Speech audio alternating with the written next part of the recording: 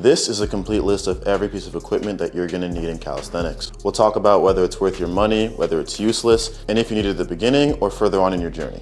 My name is Malcolm. I've been training calisthenics for about 4 years now. So I'm gonna tell you everything that I have used here and whether or not you really need it or you can pass on it. Starting off, wrist wraps.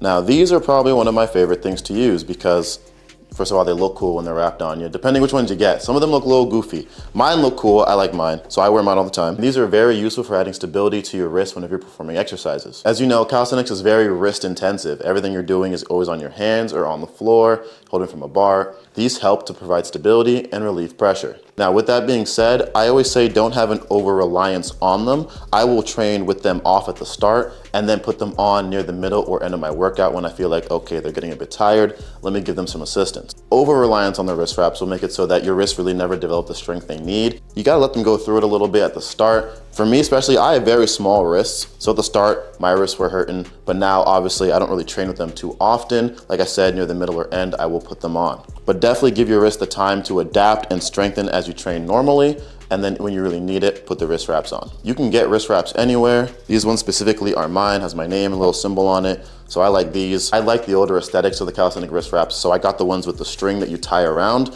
Some of them have Velcro straps, depending which ones you get. But if you want mine, they'll be linked below. Next up, we have probably the most useful item on here, resistance bands. These are probably one of the most versatile things that I have here. And it's good because they're perfect for when you're doing skill training and when you're just warming up in general. If you've seen, I've done a lot of videos where I have these helping with my shoulder and elbow conditioning.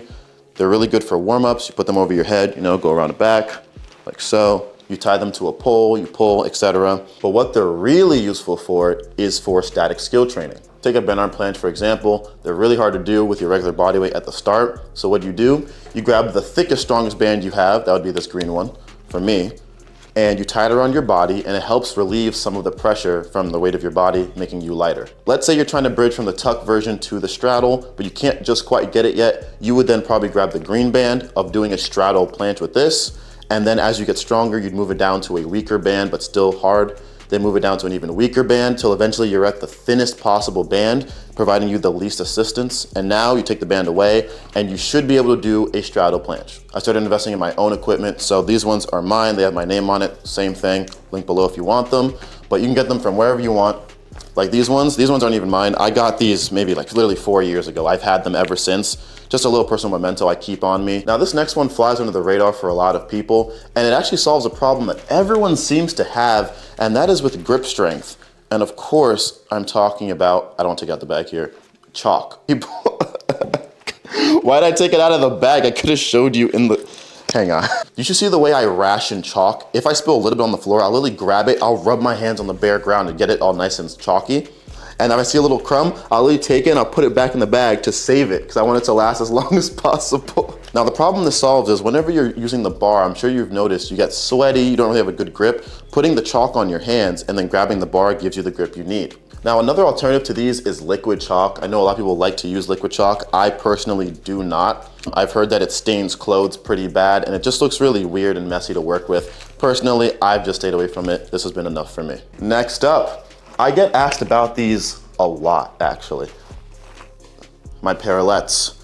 Everyone wants to know where I got them. I've been using these ones since the start. These are from Calisthenics. Now the owner of these Parallettes is actually a pretty cool guy. I mean, as far as you know someone on the internet, right? But when I first started training, I picked these up maybe 3 so years ago and they have not broken. They're still working. So good for that. I probably will not replace these unless they break, and I might even get another pair of these just out of respect for the fact that they've been with me the whole time. If at any point in the future I decide to make my own version of Parallettes, I just haven't had a design I really like that's different from anything that's currently out there, so they're not out at the moment. But if I do, just check the description. If it's there, it means I have it. If I don't, I'm probably still using these. Now the next probably most important piece of equipment that you definitely need is your phone.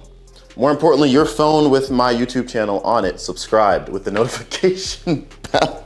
In all seriousness, there's a lot of misinformation out there. Everyone's going on Reddit posts, Googling. You really don't know what to trust, a lot of things to try. I've been doing it for a long enough time where I've already done that trial and error. I know my stuff. If you trust me to know my stuff, comment your questions below and I can make videos answering them. This is probably your best place to get calisthenics information. If you like me and you want to hear it from me, I will tell you. It is completely free, and I do want that play button because I have nothing on my walls and it will be the one thing in my office. And of course, if you want more of a condensed, packaged version of all the information that's not up on the channel yet, I do have my programs available for you to use. I also do one-on-one coaching if you want that. My clients seem to like me, so you'd probably like me too. Everything is given from my experience and what I know, so you can trust that I've used everything I'm saying, so you'll be fine. Next up, we have one that's actually really important. It's probably the only piece of equipment here I say that is mandatory, but maybe not this brand specifically, but in general it's mandatory, and that is a pull-up bar. As you can see, it's a one piece of a two-piece pull-up bar set, right? They can be used as dip bars, pull-up bars. I've reduced them now, but they raise all the way up. I'll have a visual on the screen, you can see it.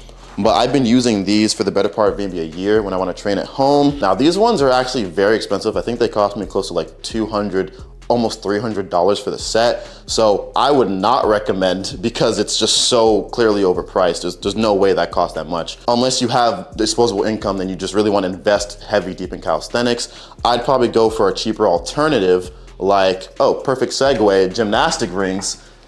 Another alternative to the pull-up bar. If you don't have a safe place to do pull-ups, you can make a safe place. You take this little strap right here and you throw it over a basketball hoop, anything. I use these when I first started training. I put it over a basketball hoop, I did it there. You can throw it over a basketball hoop. You can throw it over a stable tree branch. Wouldn't really recommend that one, but like I said, if you have no options, there's an option for you. These ones specifically are mine. I used just some random one when I first started training, but like I said, I invested in my own equipment. So these ones are mine that I use now. So if you have disposable income and you don't mind a little annoying setup, it is a pretty solid pull-up bar for what it is, and it works for its job. I'm a taller person, so height-wise, I have to be sitting down. I have to do L-sit pull-ups. I can't do regular straight body pull-ups. So if you're a shorter person, you might have a better time with this. These bars are from Base Blocks. They cost around $300, which I think is a bit overpriced for what you're getting. They should at least made a better way to get the thing sliding up and down without it getting stuck. Maybe some lubricant. I don't know what they could, I'm not a designer. I don't know what they could have done to make it better, but it just feels like for that price point, it's just pieces of metal welded together. Like, why does it cost that much? Next up, this is for if you're further along in your journey. Beginners really won't need these next two items that much, but when you're like maybe an intermediate moving on to advanced, or maybe you're just really strong off rip, you know, go ahead. I would recommend these two. The first one being my weight vest. Obviously, I'm wearing it right now. I've been wearing it the whole time, and it is currently fully loaded. So it has the back in there, has the front in there. It weighs about 40 pounds. It's 35 pounds of weight, but it feels about 40 because I include the vest in there. So around there. I like this one because I do a lot of handstand push-ups. I do a lot of moves on the bar. And if I have a dip belt, it's always swinging and swaying. And trying to have a dip belt when you're in a handstand is just ridiculous to do. Wouldn't recommend it. And if you have a backpack, it's gonna be sliding over, hitting you in the head. Just very annoying. Like even just doing L-sit pull-ups with a backpack, it would constantly keep bouncing up and down, hitting my lower back. It was just not it. Obviously, I fully recommend the one that I have, but if you don't have the money for a vest, or you don't want a vest exactly to invest, you can get by with like a backpack. You can get by with anything with a rope and a pouch, really. You can just strap it to yourself. Not recommending anything dangerous, but if you have limited options, you know, maybe grab a cooler bag and put stuff in it. But I do recommend this one. Comfortable, heavy, versatile, no issues with it. Next up, alternative to the weight vest is